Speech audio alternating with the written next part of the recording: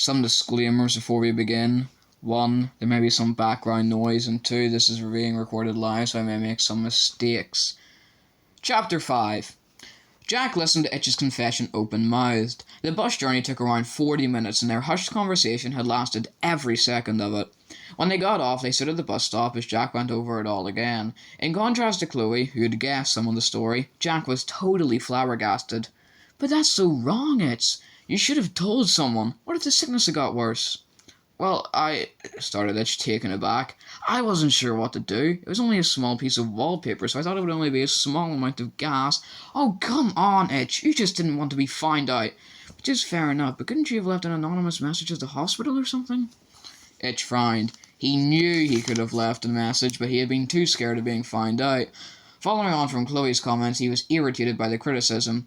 "Well, you've just stolen a rock from the mines," he said, hating himself even as he was saying it.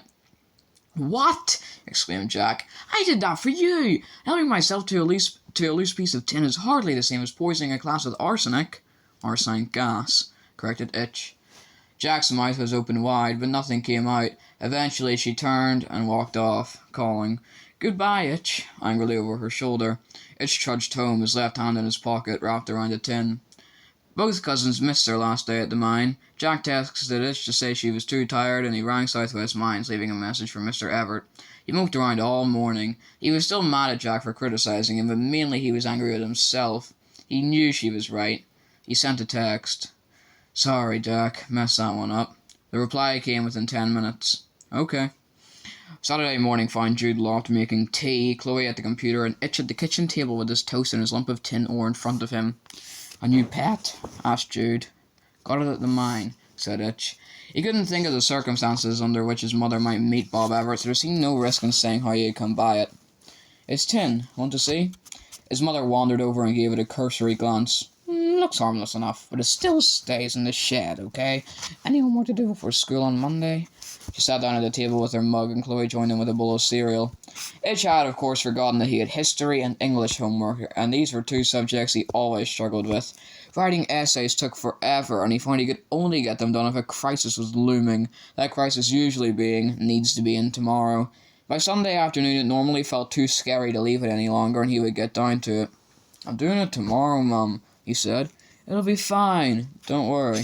Fancy a surf, Chloe? Saw looked pretty good yesterday." "I think that's the wrong way around," said Jude. "Homework, then surf. Your priorities are all wrong, Itch." Chloe looked at her brother, then at her mother. "What if we make it quick, Mum? The tat's just right now. It'll have gone flabby by this afternoon." "Really?" said Jude. She sipped more coffee and looked between the two of them. "Okay, but some homework before lunch, please." "Thanks, Mum," said Itch, and they cleared away their breakfast. The wind and cloud had given way to some warm sunshine and a slight breeze, but the Atlantic rollers were still swollen. As they walked down towards the beach, they could see 9 or 10 surfers out already. "Flabby," said Itch. "The waves go flabby."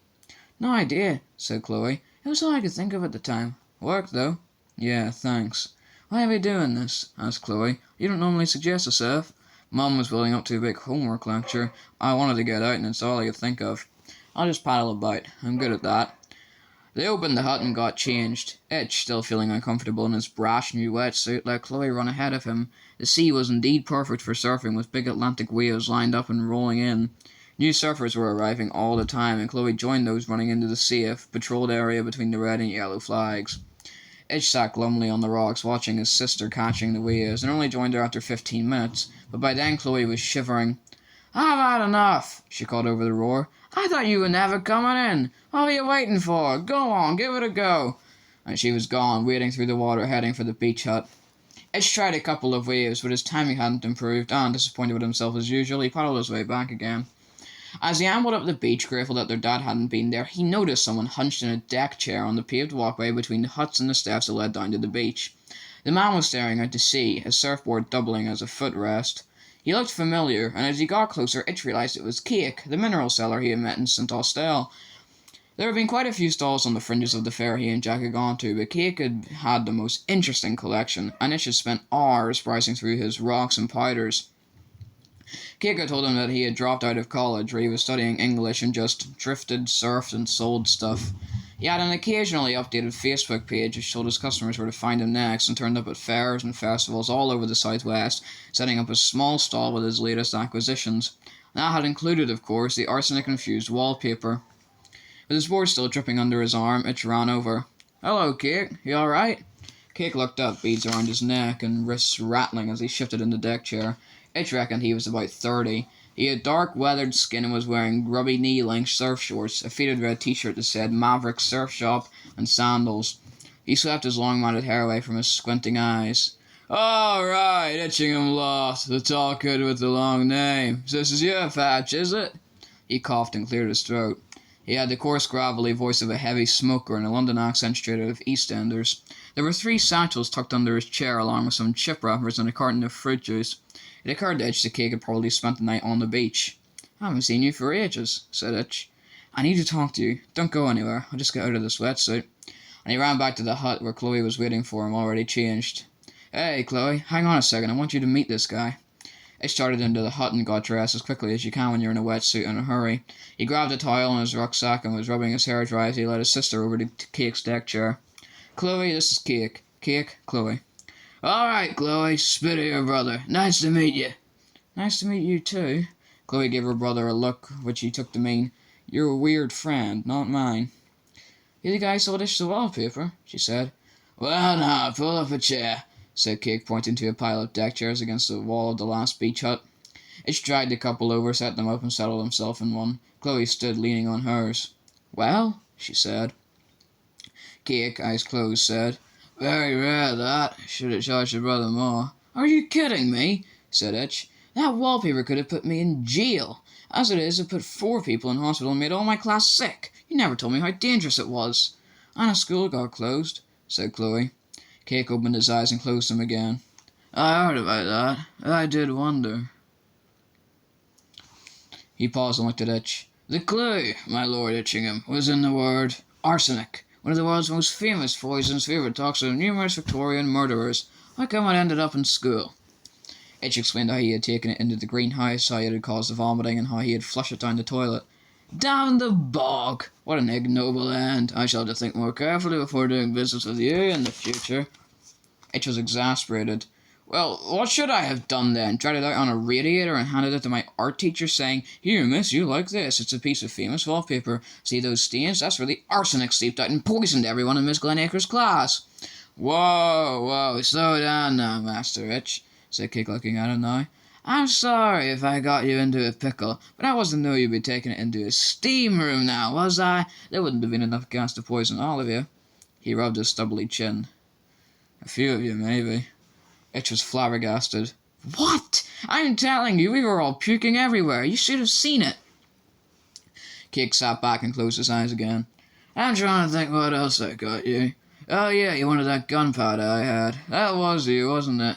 Please tell me you didn't take that into the kitchens and set fire to it." Itch smiled at that. "All right, fair point," he said. "Have you got a license for selling this stuff?" said Chloe, still standing. "There must be an exam or test you have to pass, or can anyone sell explosives and poison?" "Chloe, I'll sort this, really," said Itch. He wasn't surprised she was being touchy with Cake. She always took his side, in public anyway, but he didn't want to upset Cake.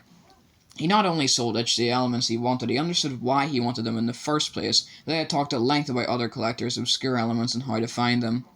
Itch had never come across anyone like Cake before. He appeared to have no cares or commitments at all. He laughed his way through most conversations, even when he was being serious, and was always interested in Itch's stories and opinions. He regularly asked about Itch's family, though always stayed vague when asked about his own. Chloe made a harumphing noise and looked across like their mother did, but kept quiet. Itch continued. "I had to move all my collection into the shed, but I'm down to 30 now that I lost the wallpaper and phosphorus." Seeing Cake's puzzled expression, he explained what had happened in his bedroom. "I can replace that for you, and I've got some other new stuff you might be interested in." He indicated the satchels under the chair. "What are you going for next?" "I was thinking of sodium. Or mercury," said Itch. "But I haven't got much cash left. I was going away for my birthday next month and see what I could afford." Cake leaned forward and reached under his chair for the largest of the 3 satchels. He undid the 2 buckles, lifted the leather flap, and rummaged around inside. "Tell you what, why don't I give you this as a gesture of good faith and a symbol of our ongoing retail relationship? till you get over here. Well, wait for a moment. He handed Itch a battered round tin sealed with black masking tape. Just a small amount of phosphorus. Early birthday present. Don't blow this lot up. Wow, thanks, Keek. That's fantastic. Can I look? Itch was very pleased at this unexpected turn of events and started to unpeel the tape. Keek put his hand on the tin. Open it on your birthday, young man, and if I were you... He nodded at the increasing number of people walking past them onto the beach and opening up their beach huts. I think what he's saying, Itch, said Chloe, is don't draw attention to yourself, if you see what I mean. Itch put the still sealed tin in his rucksack. Okay, yeah, you're right, sorry. Thanks again. No worries. Now, mercury might take some time. I'm sure an old thermometer won't cut it, but it shouldn't be a problem. Sodium is easy. Usual warnings and precautions required, of course. You could combine both if you wanted. Sodium amalgam has mercury in it and is a bit less explosive. Itch laughed. No thanks. I think they are more interesting apart, really. Of course, but more care needed, too. Now, let's see. Keek looked in his second satchel. You got uranium ore? I think that's what this is. He took out a rough, pebble-sized rock, light brown, almost honeycomb in colour, with patches of darker brown and silver lines through it. There's a lot of uranium knocking about under Cornwall. They dug it up here for centuries. Any decent element hunter should definitely have some. Take it, it's quite safe. This stuff is only mildly radioactive. He handed it to Itch. What does that mean? Asked Chloe. Radioactivity is everywhere, said Keek. Usually from potassium. A tiny fraction of it is radioactive, which is why bananas are too. Excuse me, said Chloe. Bananas are radioactive. Keek smiled, his face creasing. Good, So uranium is like a bunch of bananas, said Chloe, clearly not believing a word. Well, no, not exactly, but just as safe. Well, almost anyway. He pointed at the rock. £10, if you want it. Knockdown price from a favourite customer. Is it always this warm? Asked Itch. Just been in the sun, I think. You said you thought it was uranium. It looks darker, more like iron to me, queried Itch. Well, I got it from a dealer in Dorset who said he got it from a gob heap there. So I'm surprised because there's no history of uranium over there and those lines of silver are different. So maybe it's something else. Maybe it is iron. That's why it's cheap, mate. I can't be sure what it is. What's a gob heap? Ah, a gob heap, a bony heap, a spoil heap, stuff that's chucked out of mines, young Itchingham. It's not wanted, so me and my mates have a look around and see if we can find anything of interest. That's where this came from. Okay, deal, said Itch, but then realised he had no cash on him. I could run home and get it, he offered. Keek shook his head. I get you the mercury and you can pay for both next time. How will this fit in with Mum's new safety regime? Asked Chloe. Well, it'll be in the shed, said Itch. She won't have a clue it's there. He was about to leave when he remembered a new piece of tin ore in his rucksack. Have a look at this, Keek. Got it this week. Cool, isn't it? He sounded prouder than he had intended, but Keek smiled as he turned the tin in his hand. Nice piece, nice piece. The tables are turned, my son. You're showing me stuff. Where did this come from? From the mine in Provincetown. I've been working there this week. Keek held it up to the light. And they just gave it to you. Must be more decent people there than I thought. The guys in the mining school haven't got a good word to say about them. I'm impressed. Itch was starting to feel uncomfortable again. Yes, they took us on a tour of the mine and it was like a souvenir, I suppose. He stood up and put his deck chair back in the pile. We should probably be getting home, Keek. When can I get you the money for the uranium? Well, I'll be back here on Wednesday. Probably right here. That'll be fine. And maybe with some mercury? And maybe with some mercury. Yes, fine, said Keek, and he closed his eyes. That appeared to be that, and Itch picked up his rucksack, and he and Chloe jogged home. He's freaky, said Chloe. He is a bit, said Itch, but I like him. I can see you doing that in a few years, said Chloe, giving up a top-sized job to sell rocks and poisons. Itch laughed at that. Does he have family? She wondered. I ask him, but he never says, said Itch. Like I said, said Chloe. Freak. Having attempted to do his homework on Sunday afternoon, Itch put away his books and went down to the shed.